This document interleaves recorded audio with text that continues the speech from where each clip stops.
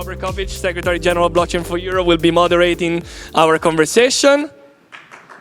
Bravo, Barty. Bravo, Barty. And together with Robert will be on stage a member of the European Parliament, Ondrej Kovarik. Thank you so much for being back with us today. Let's nice picture together. There you go. Smile for the camera. Amazing. Welcome back, Ondrej. Thank you so much. And then we have Juan Ignacio Ibañez, Chief of Staff at Exponential Science. Welcome, Ignacio. Welcome, Juan. And finally, last but not least, we called back on stage like a last-minute, summoning of Joachim Schwerin, Principal Advisor at DG Grow at the European Commission. Thank you so much for being back with us, Joachim. Always good to have you. This is your mic. Thank you. Your mic is there. Thank you all.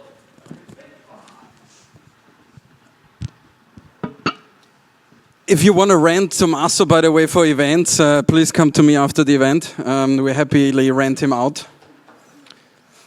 Thanks, Tommy. So yeah, last panel at this event.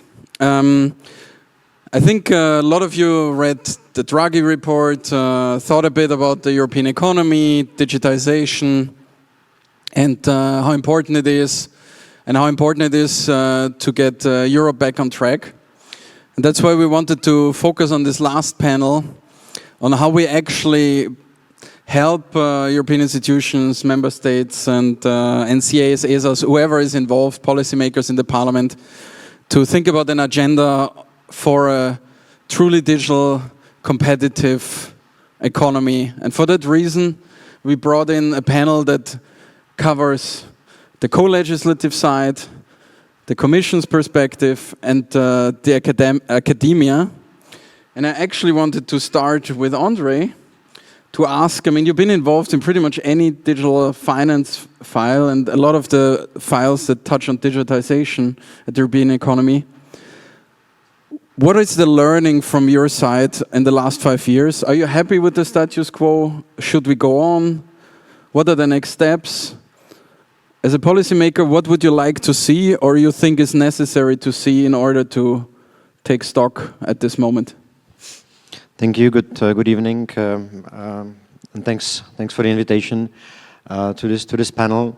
Very broad questions, but I think my first answer would be sort of counterintuitive, given the fact that I'm a member of the European Parliament.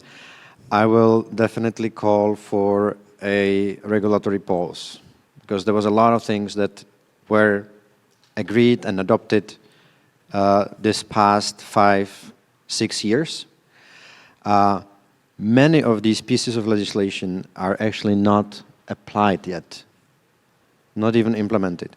And I think, in my view, the digital legislation is a completely different legislative animal, or should be. It's not like,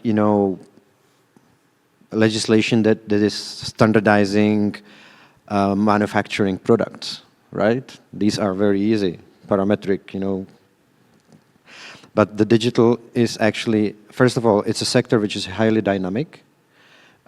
It's a sector that usually doesn't respect national borders. And it's a sector where we actually are at the beginning of, or in the middle of global fight. And we have taken a regulatory approach. And we have to see if it actually delivers what we expected. We don't know yet. We have hints, right? We were discussing MiCA, for instance, yesterday. So we know what is happening because of MiCA, let's say, in the stablecoin world in Europe. But we don't know some other, consequences of the digital legislation. So I would call for a pause. And also I think, because, and that's why I mentioned the global fight, there will be a lot of things possibly happening also on the other side of Atlantic with the new Trump administration, which in some areas, let's say generally in digital sphere, I think there will be tendency to deregulate or intervene less. But at the same time, for instance, in crypto, there are expectations that some regime can be established. This will be basically a challenging factors for us in Europe. How do we cope with it? And I really don't think we can cope with it by additional regulation. The only thing that we should actually focus on is good implementation and smart implementation. And it's not easy, because not only the digital legislation is new for businesses, but digital legislation is also new for public authorities, for supervisory authorities. They are learning by doing. So I think for them as well, it's important to actually give them some time for a proper implementation. I think that's really important, because educating internally is equally important as getting educated externally, right? Building the structures, giving people time, and also the chance to exchange views with innovators, right? Because it's not a one-sided process. So I think we can all concur to that. Juan, looking at it from a global perspective, when you look outside of the EU and outside of Europe, where do you think Europe stands in regards to digitizing its economy, looking at its competitiveness based on the research that you do? And are you excited? Are you worried? Where would you put us on a global stage? Oh, very broad question, and thank you so much for the invitation as well. Well, I think digitization is so broad, right? You're talking about these global trends, specifically about some technology verticals, right? But digitization is so broad. Like, are we talking about a digital literacy, digital skills, or infrastructure? And it's not the same, say, well, infrastructure deployment, then infrastructure adoption. Like, take 5G, right? 5G is also digital infrastructure. The EU has very good coverage geographically. The adoption in terms of gigabytes downloaded per capita is much lower, of number of connections, so there's different dimensions to that. Then there's the regulation, and there is the business environment for the digital sector. I think that, okay, so there's an unfair comparison here because of some leapfrogging in emerging economies. Take China. Right, we have WePay, WeChat, Alipay, the everything apps. An app where you can do payments, investment, wealth management, your taxes, and so much. I don't think we're ever going to have something like that. So obviously that is a big jump. But at the same time, this leapfrogging is not happening here because there was already an infrastructure that was more or less functioning.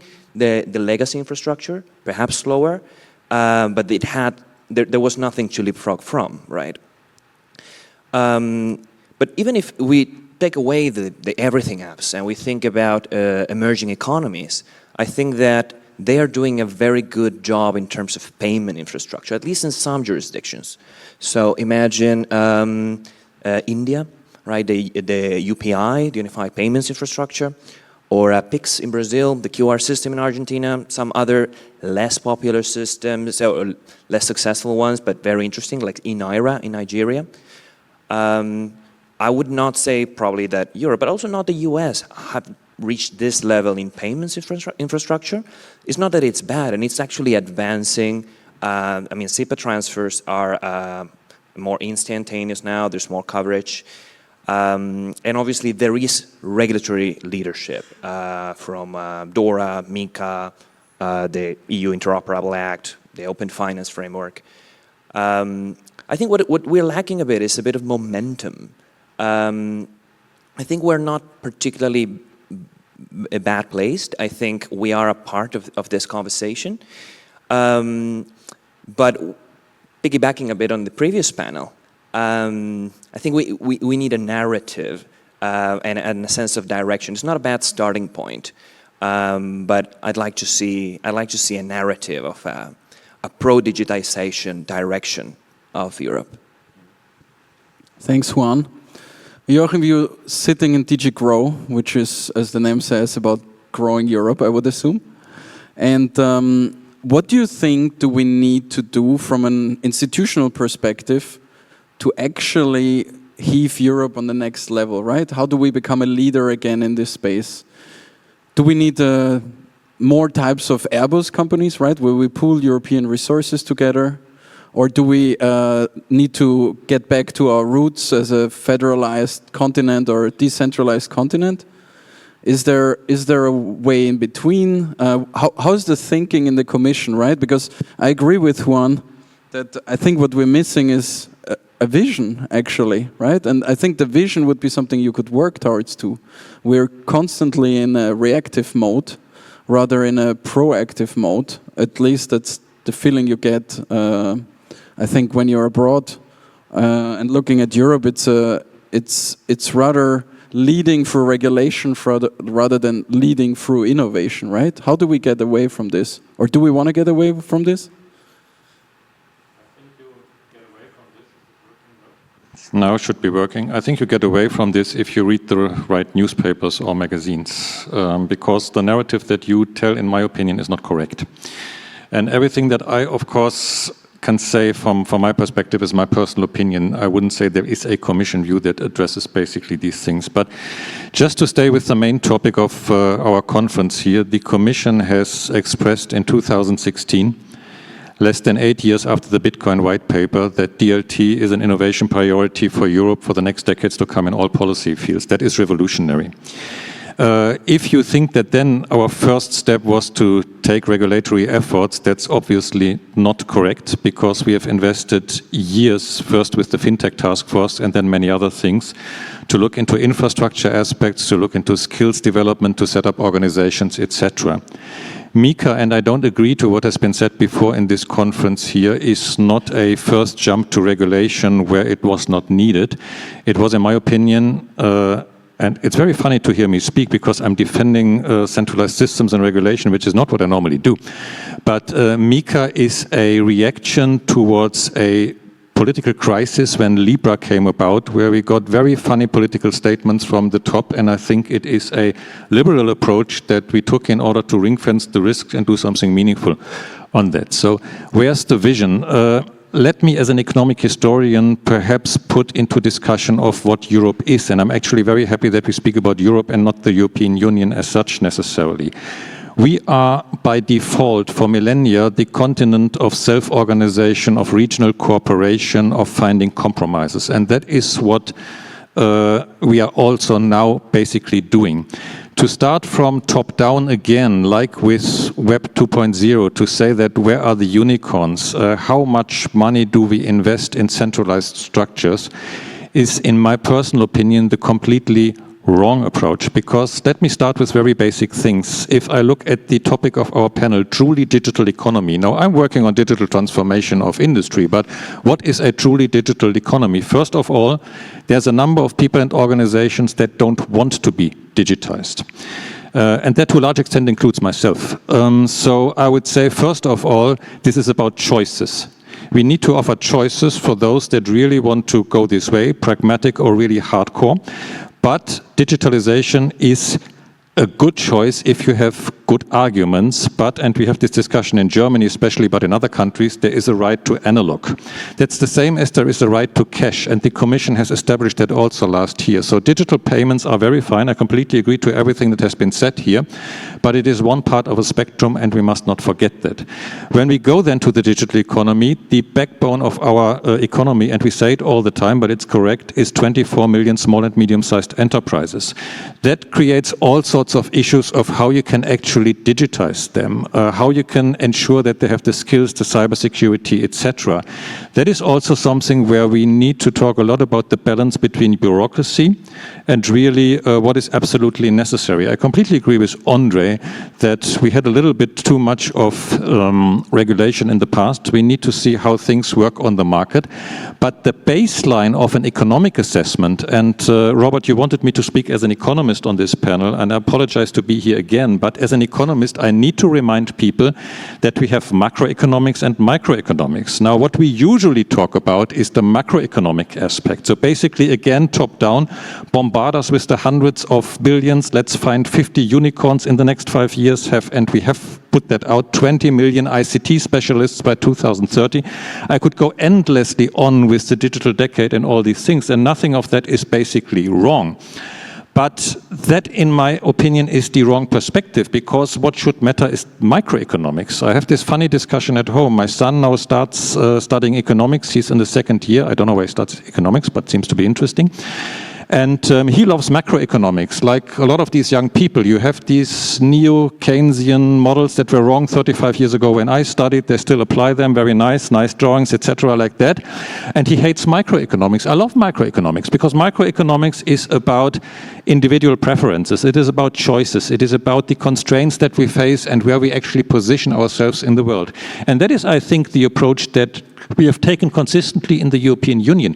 We look at the individual as the data owner. We look at the community as a sort of digital cooperative in the form of a DAO that self-organizes and is only regulated when there's an absolute need, when they engage functionally in a regulated activity. This is our narrative that makes us strong. I think we are leader in that narrative, but from a lot of quarters outside, we are put into this corner of why don't we have the big Microsoft, why don't we have these other things as well, and that is the absolute wrong perspective to take. Thanks for the clear words. And I think as a European, there's diversity, and I think that's the important thing, right? The choices that we can make. And I think Europe was always a leader in this. I totally agree on this. The question, though, is, and we discussed this earlier in the context of how do we get to a capital market, right? I think there's a truth to the fact that Europeans are less risk taking than other jurisdictions, right? And that has historical reasons as well, a lot of them probably. The question now is, if we agree that we want to get to a capital market where we empower individuals and not get basically blamed for failure, but rather get empowered to try again, how do we get there, right? And we had this conversation a bit earlier, that, and you need to get to the point where the percentage of savings versus risk-taking need to change, right? And right now, and I don't know the numbers exactly, but I think Chris told me earlier it was like 75 to 25, right? That means something, I mean, you may be knowing the numbers better even.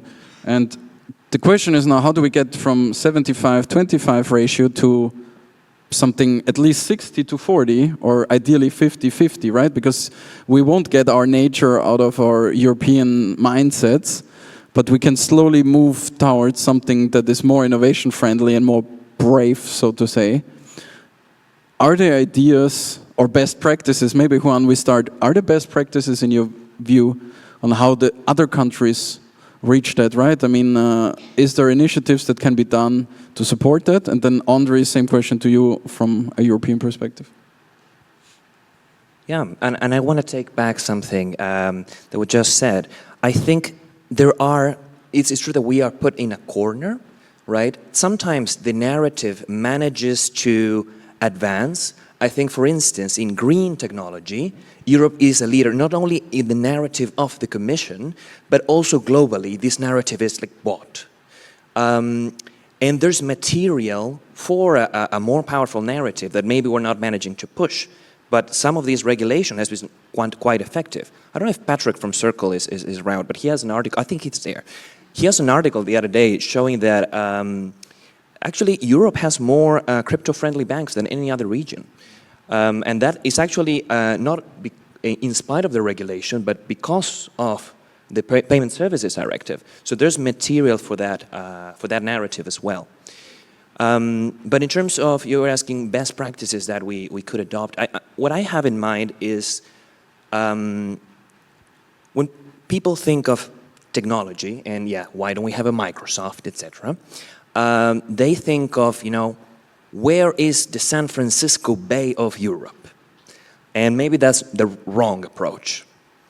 And I let you make that case.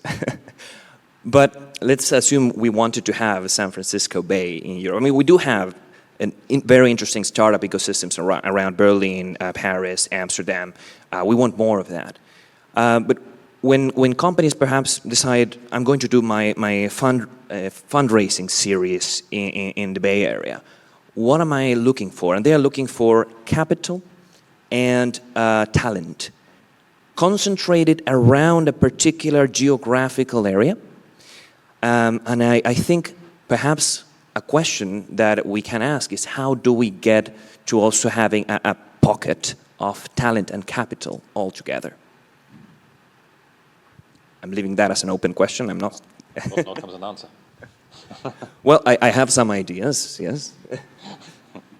I fully agree, and I have to tell you that there's a good example in the southeast region of the Czech Republic, around the second largest city called Brno. There's a digital wallet that is brought up by some investments companies, but also some EU funds together. But it's I mean the scale is still quite small. It's big for the Czech Republic. It's big for the region, but obviously globally it doesn't play such a role. But I think it's a good example of it. The capital markets. Like Draghi wrote 400 pages about it, so I'll try to sum it up to 2 minutes. I think for capital markets, you first need capital. I asked the same question the new financial services commissioner. What would be her one action to take in order to boost the European Capital Markets Union? She said, better supervisory authority. I think this is a wrong approach. I mean, you don't start from top. You don't beef up supervisory authority to supervise market that doesn't exist. It makes no sense. And this is, I think, in my view, this also shows the shortcomings of the report and shortcomings of EU policy. We don't need to call it Capital Markets Union. We don't need to rebrand it to Saving Investment Union. And I was also a bit in disagreement with what you say. We don't even need to change the ratio that dramatically. We need to attract capital. Draghi is actually looking at Europe in very autonomous way. So he believes that there's a lot of deposits out there. There are idle on the bank accounts, and he wants to transfer it to economy. It's good idea, but I mean, first, people who want to save will only save. People who want to invest, they invest already today. We will not change this in a definitely not in 5 years of the Commission. This is a generational change, and I agree with you. We are less averse to risk in Europe. So we need to make actually the market innovate on this and offer products.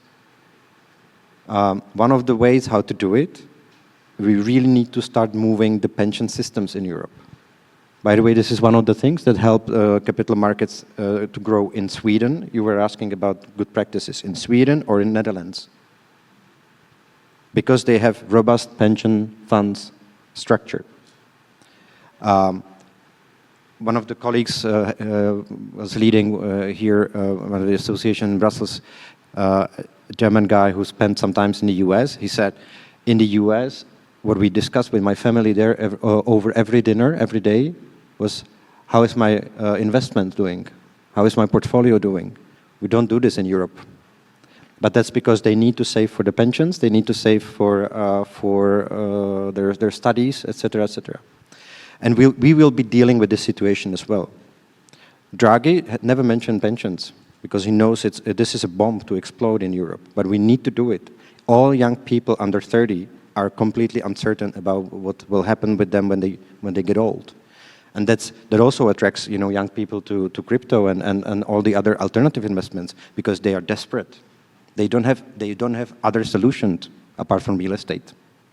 So we need to do this, and to do this we need to create investment culture and investment environment in Europe. We need to be attractive. This is what Draghi doesn't mention either. We need to attract capital from abroad. It's not only mobilizing the capital inside. We need to bring capital from outside, but we also should let the European investors to invest abroad. I cannot invest in the US as a European citizen.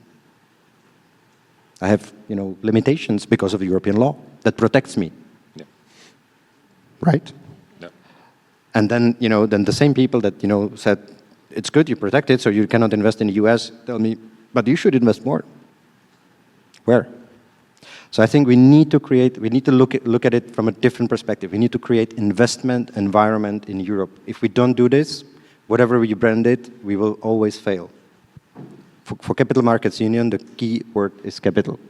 If we don't get it, we will not move any farther. We still have very high level of competence, very high level of innovation, at least at the very early stage This is all true, but then we need to be able to scale up, and for that we need capital. Obviously, it can come from various areas, but look at UAE, for instance.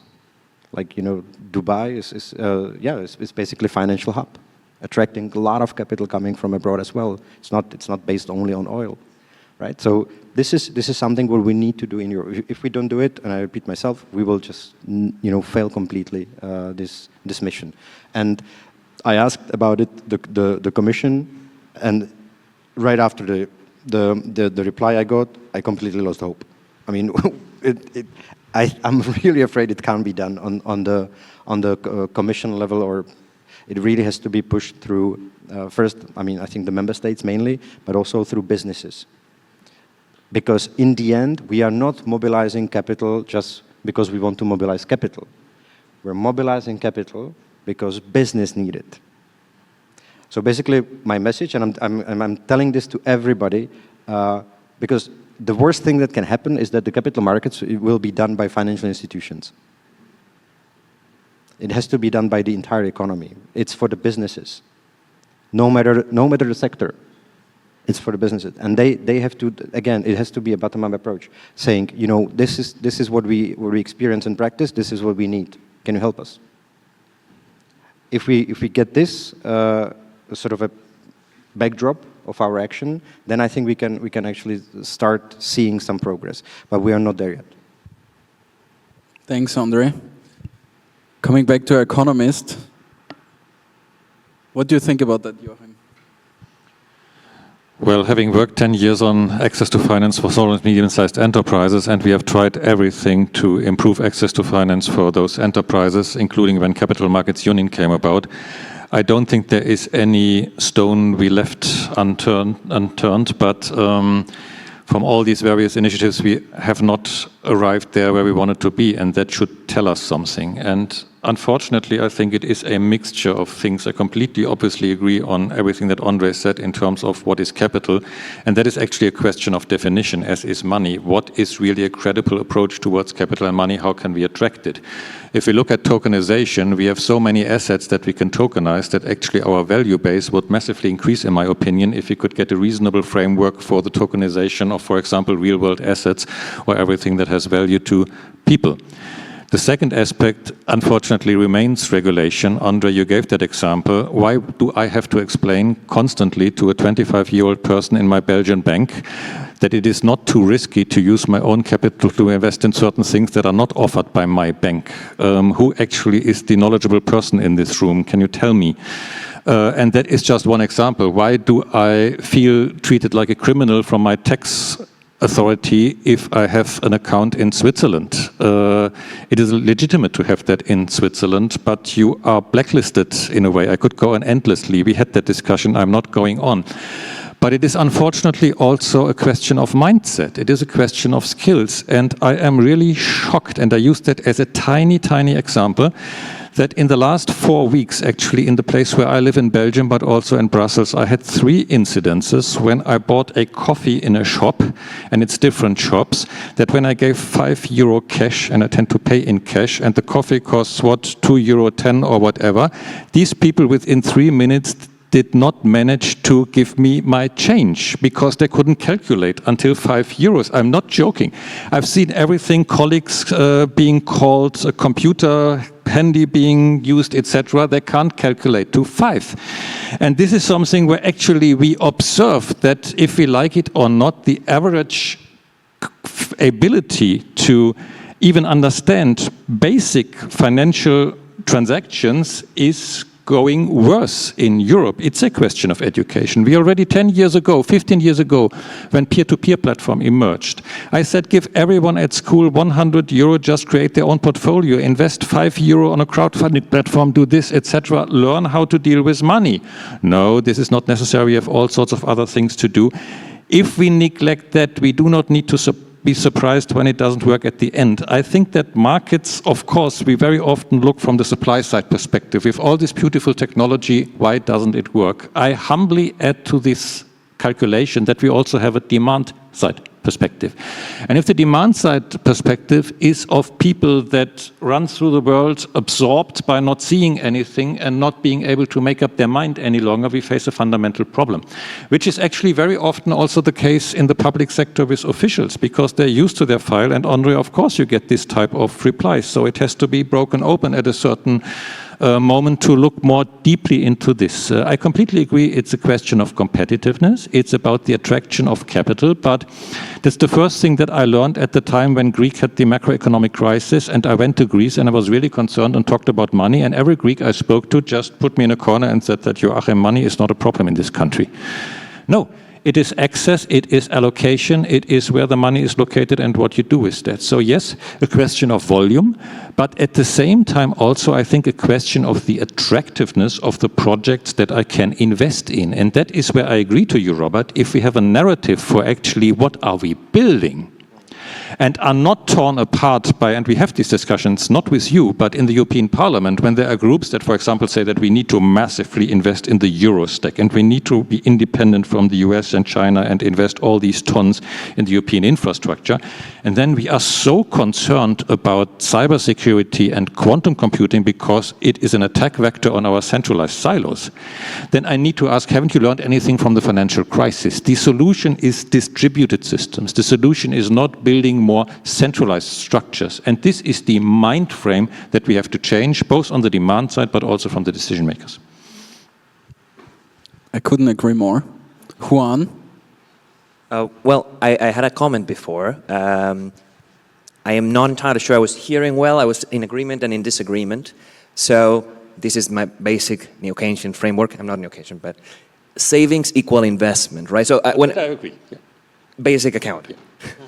So I was hearing, Europeans are saving too much, and something didn't add up in my head, right? They are saving too much, they're not investing enough. There should be an accounting identity. But then I started hearing, well, it's how we are allocating capital and also attracting external capital. And it's probably also the composition of investment. It's more towards bonds, real estate, not as much as into the stock market. And that's where I actually want to go back to macro, though. I think there's also a cultural thing. I mean, I'm from Argentina originally. I recently read that your life experience in the first 20 years of your life really affects also your investment culture for the rest of your life. If you're spending your first 20 years of your life trying to protect yourself from inflation, is one thing, right? If you spend the first 20 years of your life with huge GDP growth, then the stock market is going to be more attractive than with low growth. So there is a macro component that it comes back in. But then how do we kickstart that macro growth? Is it just with financial education? Like my concern is basic digital literacy is super important, financial literacy is important, crypto literacy is important, and the good thing is they're very effective, cost effective, right? Like the value for money that you get is very good. But at the same time, there is a macro factor there. There's a need for growth. Otherwise, it's too much weight on the European Commission's shoulders also. We have the discussion on during the cocktails. It gets us too long. I think what you call macro is actually micro because it is the personal experience that you have in the first 20 years. I completely agree to that, which is why I'm so optimistic about the digital aspects that we are discussing here, because the new generation is organically growing into that, and that will shape their mind for the rest of their life. I completely agree to that fact. Now, I would say, as regards to the narrative, my personal take on what is happening in a lot of countries that don't have the legal system, that have a lot of, I would say, criminal activity that affects their behavior, which is why they go digital, where in a way it is safer. Look at what they did in El Salvador and many other places in a way, is a sort of mechanism that works because otherwise they would find it even more difficult to make a living.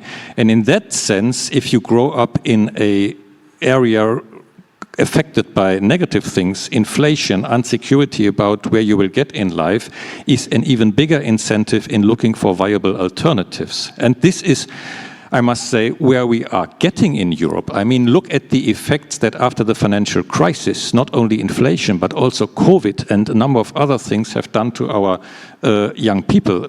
There's just a study out this week, for example, in Germany, but it also applies in other countries, that now 20% of young people are in depression, and they are very concerned about the rest of their life. Now, I would say this is on the one hand side an extremely bad thing, but I would also say that if you really turn this into something productive, you can show them that continuing in the same trajectory with the legacy system gets you nowhere. You need to break out of that. And then there we have to, I think, be more. Otherwise, I completely, let's forget if that's macro or micro, but I think you are absolutely right in what you're saying. Coming back, as we're slowly running out of time, can I sum it up then correctly that what we actually need is a new type of regulatory approach, which is enabling to take more risk and basically taking more ownership again? Because the way we discussed this now was that regulation per se is not the problem. The problem is that the way we regulate, right? That it's basically the first answer to anything without critically questioning if it's necessary, the way we do it is right, and the methods we use and the people that we put on it is correct. Is this a right? Would everybody agree on this, that that's where we should stand or where we are? I don't think Europe has regulated mindlessly, and the wait and see approach does not necessarily mean a criticism of the entire building that we have until now. Risk taking, I think, is very, very important. So I would agree with that part. But like Ondrej was saying at the beginning, much of this regulation is not even enforced yet. So that doesn't mean necessarily regulation has been put in place without knowing what it was about, maybe sometimes. I would be a bit more generous in the diagnosis, but but I think the final conclusion is in any case more or less correct, right? Wait and see.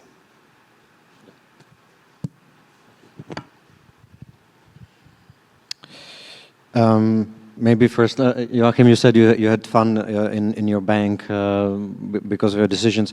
If you want to have even more fun, I advise you to become a politically exposed person. You know, that brings me very close to crypto startups. I almost never get any account open in a bank because people they don't want to run the risk with the PEP, and what is even worse, I voted for it. That's the paradox. I think in terms of, I don't think, what I was mentioning, the creating the investment environment, that it really needs, in any case, a regulatory action. It may even need a deregulation at some point. But I think it's more the general policy approach that should be changed. But if we come back to regulation, and I mentioned it in the first remark on how we regulate the digital world, and we had many discussions about it when negotiating MiCA. I think we should start changing the way we do the regulation, because it's not by accident that I mentioned this standardization of manufacturing products, right? Because this is what we did 20 years ago, but we still do the digital regulation in the same way. And I don't think it's a good approach. We should really start using the regulation as a means of motivation and enabling factor, rather than obligation and sanction mechanism. This is what we usually start to doing. We oblige and then sanction if it's not comply. We should turn it the other way around. And I think there was a lot of discussions when Biden administration adopted Inflation Reduction Act and how we cannot do it in Europe. But this is a regulatory action that is actually motivating businesses to do something. I think we have some examples already in the legislation, and I always say, I know it's not a big success, but at least principally, the DLT pilot regime. Experimental environment, if companies are interested, they can get in together with the public authorities and look experiment, innovate. Artificial Intelligence Act, we may have long discussions about whether it's working or not, but in it, there is an obligation to create European sandbox on AI. These are examples of how we should regulate. You know, we are currently discussing the financial data access, the FIDA proposal. Again, I mean, the Commission proposed a regulation which is obliging and then sanctioning. But again, we could have created a specific regulatory environment where companies can innovate on data exchange, data sharing, on standards, on many things. And in my view, this should be way forward. If we talk about how we change the regulation, the better regulation, the smart regulation, whatever, we should really look into as an enabling factor. Of course, there will be always some issues that that are very close to our heart in Europe. So the consumer protection, the data protection, the cybersecurity issues, it will be always there. And it's already in the framework. But I think specifically when discussing some digital regulatory efforts, I would be only in favor of these new type of legislation, which in the end can be very light, but will not only provide very prescriptive framework for the years to come, but will provide enabling environment for it. And if we are able to do this, then I think we can also see more innovative companies in Europe, and we can also see then and then we can raise the attractiveness of Europe for the investors. Thanks for that, Ondrej. Yeah. Last round of questions I want to ask you all. Something simple. I mean, maybe. I mean, we discussed now basically all the upsides of the European economy, right? I mean, like all the benefits we have here, the rule of law, the talent, the potential, the existing capital. Basically, I want to ask you the same question that you ask our incoming commissioner. What is the one thing you would do to actually generate growth in the European economy if you could do that? If you would be in a position of power, and you would have to answer the same way to the audience as the commissioner had to answer to Ondrej. Maybe we start with you, Joachim. I believe in these strange sociological theories that the issue is not power, but ring-fencing the abuse of power. So the power should not be with a person that designs policy, but with the crowd that has to live with that. And I feel we have an absolute deficit of trust and honesty in a lot of discussion on what deal you actually get. And that was mentioned in this wonderful privacy panel also that we had. Look at CBDCs. What do you make of statements that a central authority, like a central bank, has access to your transaction data, but believe me, we don't look at this? Or what do you make of public wallets where, like in Belgium, you have your police record, your tax data, your health data, etc., on one and the same platform with a list of 10,000 administrations that have access to that, and they tell you, just believe us that there are Chinese walls and that they can't see anything. You don't believe that. And that is something where I see the fundamental issue. If people think they get an honest deal and can discuss that, they are incentivized to unleash their potential. The potential is absolutely there, and this is why I am completely on the line of the DLT pilot, the sandboxes that Pierre referred to, etc., where I have the honor to participate in one of the discussions on these 40 companies that we have in the meantime. Very, very open and honest discussions between the regulators and the companies. Typical that BaFin is not there, but there are 49 others. And interesting to see that you find a space of trust where you really put things honestly on the table and say, this is what we have, this is what we know, this is what's the deal that we're getting. At the moment, we're not getting a deal. If a question to a market approach is that we look at supervision, it's the tail wagging the dog. The dog needs to wag the tail. And if we get that deal, I think we know that we don't have a scarcity of innovative startups. We know that only after a certain time they do the last round of finance, indeed in the US or somewhere else. That's the problem. But the creativity is there. Give them an honest deal, Communicate openly, don't just shut them down because they do something, and then I think you have a big step towards the solution. That's the one thing that I would do. I would change the governance. I would say we need a sub-tech task force that critically looks at our procedures and gets the narrative right. Juan? I think I completely agree with the sandbox part and the importance of experimentation. So 100% on that. I don't think I want to imagine myself as a EU dictator changing everything. So perhaps some more practical steps. I definitely come back to what Ondrej said at the beginning. Implementation. There's been regulation for a while. Now this time of national implementation. I think harmonization is a very important thing. Like regulation in the US is not always particularly great, right? It's just that it's also a very big market. So the more we can, the more the EU advances as just one market, the more interoperable it is, the better. I think that the EU Interoperable Act, what's happening with CEPA, there's already a number of steps in the right direction. Just probably one more thing. The other day, something was so viral it made it to the news. Somebody was saying, if you work in technology and you don't move to San Francisco, you lack ambition, right? And lots of people were debating, and we were like, no, but the rule of law in Europe is a good quality of life, the lifestyle. There's so many good things about Europe. And the argument was, yeah, well, if you choose all of that instead of your professional career, then you lack ambition, right? And not that I agree with that. I was pondering myself, do I lack ambition? Because I like to be here. But evidently, some people think like that.